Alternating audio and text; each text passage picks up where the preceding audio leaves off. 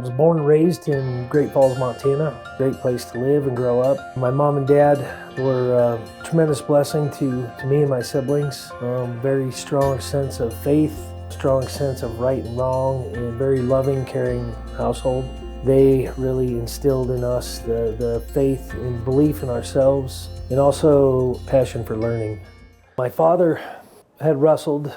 When he graduated college, he was coaching wrestling. So when I was born, going to wrestling matches and watching wrestling was something that I did with my father, and it was like a lot of young kids. You tag along and want to be involved in the things that your dad's interested in. And so first grade,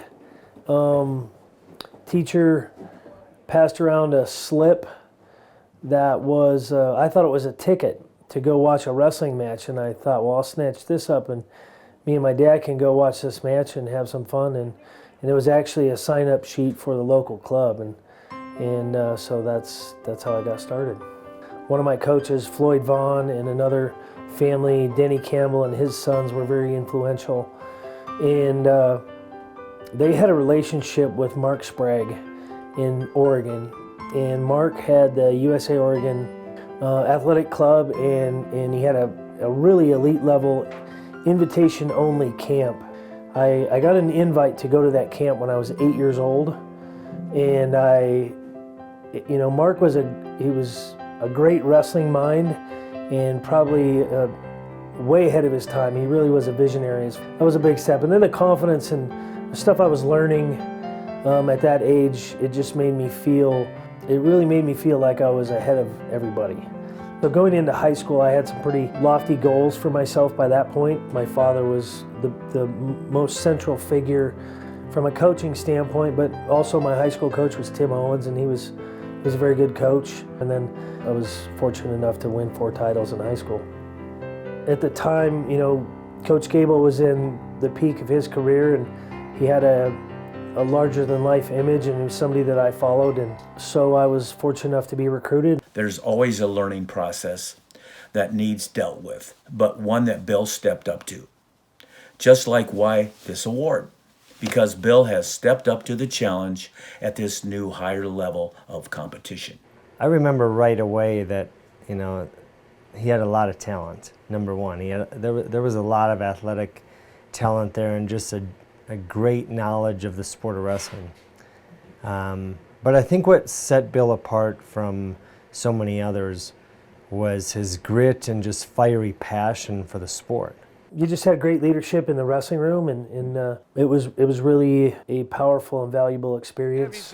That winning the NCAA title as a senior, it really meant a lot more than just the singular accomplishment. It kind of capped off the edification of a process that really took quite a while.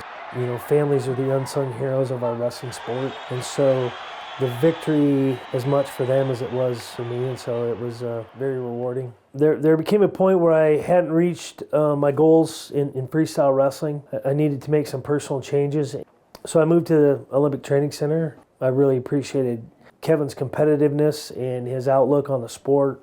Other coaches out there, Doc Bennett, and when I first moved out there, Sergey Beloglazov for a short time, and then Terry Brands moved out there. Henry and Angel Cejudo were there, probably my main training partners at that point. And so I moved there in the fall of 2004. In September of 2006, I won the World Championships. Bill had an outstanding performance at the World Championship, capturing a gold medal for Team USA, leading our team to a third place finish at the World Championship. His intelligence, his technical skills, his tactical skills came into play. I think those things serve him well to this day, making him a great coach using those tools. During that time, one of my coaches at the Olympic Training Center, Doc Bennett, huge influence on my career, and he had mentioned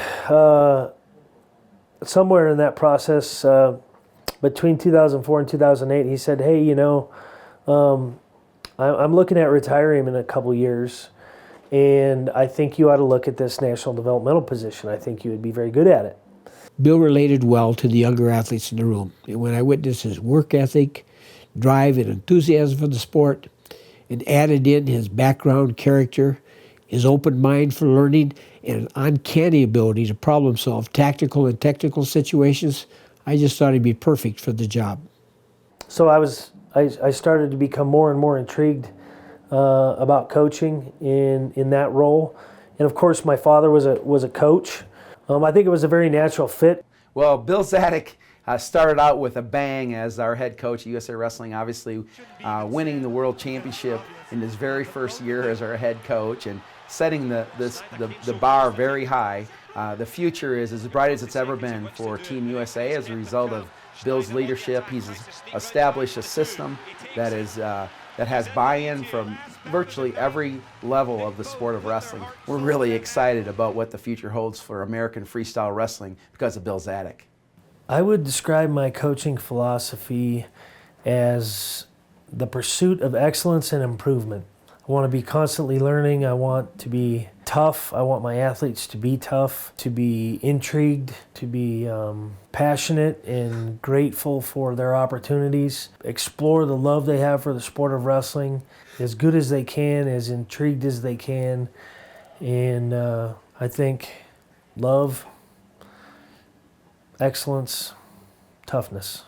Bill's had great success at the highest level in high school, at college, at the senior level with a world championship, and now as a coach, and even more so continuing forward with life itself. Bill's highest success, and that is his wife and his daughter, and how he carries himself humbly with unbelievable intelligence and work ethic. The sport of wrestling has led me to meet my wife, and that's probably the greatest thing that I've ever done, and my wife's a blessing to me every day.